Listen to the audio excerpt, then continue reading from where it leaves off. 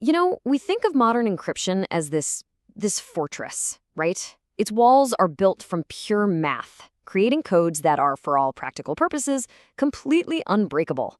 Trying to crack one with brute force is like trying to find one specific atom in the whole universe. It's just not gonna happen. So if the math is a perfect, unbreachable wall, how in the world does anyone ever get through? And that's the big question, isn't it? It's the billion-dollar question. If the math is perfect, if those fortress walls are truly impenetrable, how do you get inside? Well, the short answer is you don't. Yeah, you heard me right. You don't even try to attack the math. You ignore the walls completely. Instead, you stand back and you listen. You listen to the hum of the machinery inside, the flicker of the lights, the subtle vibrations. You listen for all the physical clues the fortress gives away without even realizing it's whispering its own secrets. This right here brings us to a really fascinating and, frankly, kind of terrifying field of cryptography. We're not talking about breaking the algorithm anymore. We're talking about exploiting the physical world that algorithm runs in. So this has a name. It's called a side-channel attack, or SCA for short. And the crucial point to get here is that these attacks completely bypass the math. They couldn't care less how strong your encryption is, whether it's AES, the stuff used to protect top-secret data, or RSA, which secures a huge chunk of the internet. Instead, they go after the hardware, the actual silicon chip that's doing all the hard work.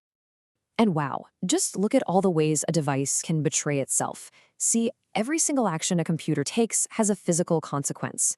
When it processes a 1 instead of a 0, it might use a microscopic but measurable different amount of power. A complex calculation takes a few nanoseconds longer than a simple one.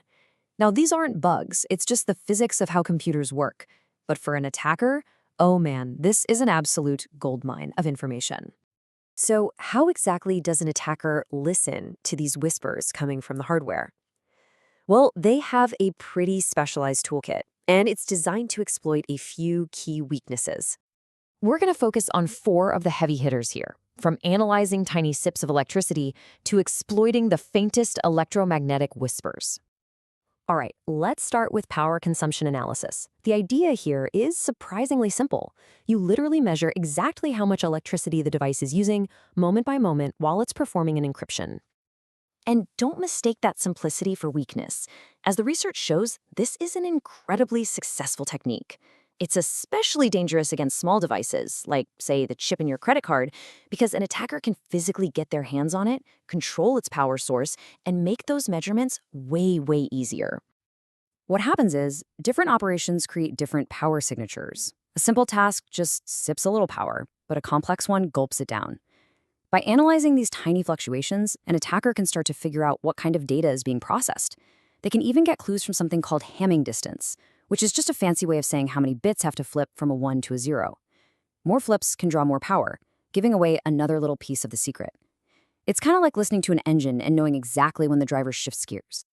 Okay, next up we have timing attacks. This one is even more subtle.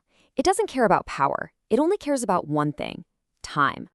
An attacker with a really, really precise clock can measure exactly how long a device takes to respond.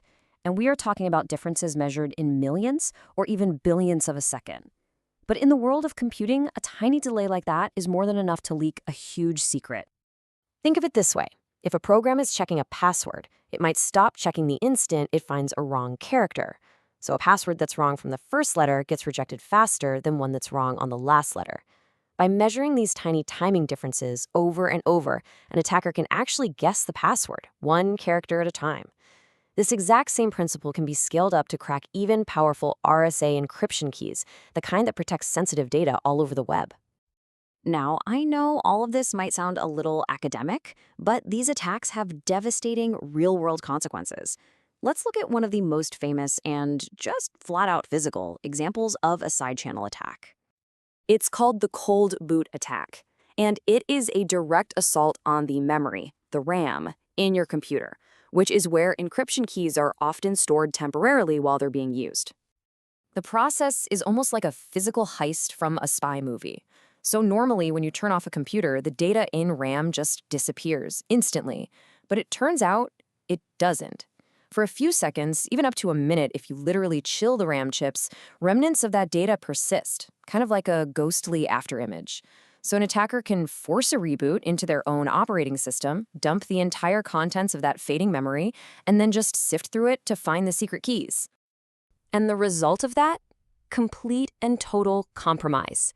Even the strongest encryption standards we have, like AES and RSA, are rendered totally useless because the attacker isn't breaking the encryption, they're just stealing the key right out of the computer's memory. So yeah, that situation seems pretty dire. If even the physical hardware is betraying our secrets, what can we possibly do? Well, the good news is security experts are fighting back by redesigning the entire fortress from the ground up. And this counteroffensive is happening on multiple fronts. For instance, there's a technique called masking that's kind of like a jet throwing out chaff. It just adds a bunch of random mathematical noise to the calculations.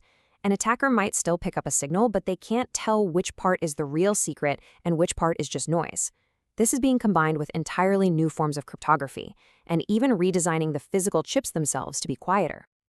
At the end of the day, all of these defenses have the exact same goal: to break the connection between the secret data and the physical leakage. A standard device operates predictably. Its power use and timing are a direct reflection of what's going on inside. But a leakage-resistant device is designed to be unpredictable. It adds random noise and decoys so that an attacker listening on the outside can't tell what's really happening on the inside. Which brings us to our final thought. This battle between cryptographers and codebreakers, it's a perpetual cat and mouse game. As our technology evolves, with smartwatches, connected cars, tiny IoT devices everywhere, the number of potential side channels is only going to grow. So the real question isn't whether our math is strong enough, it's whether we can keep our machines from whispering our deepest secrets.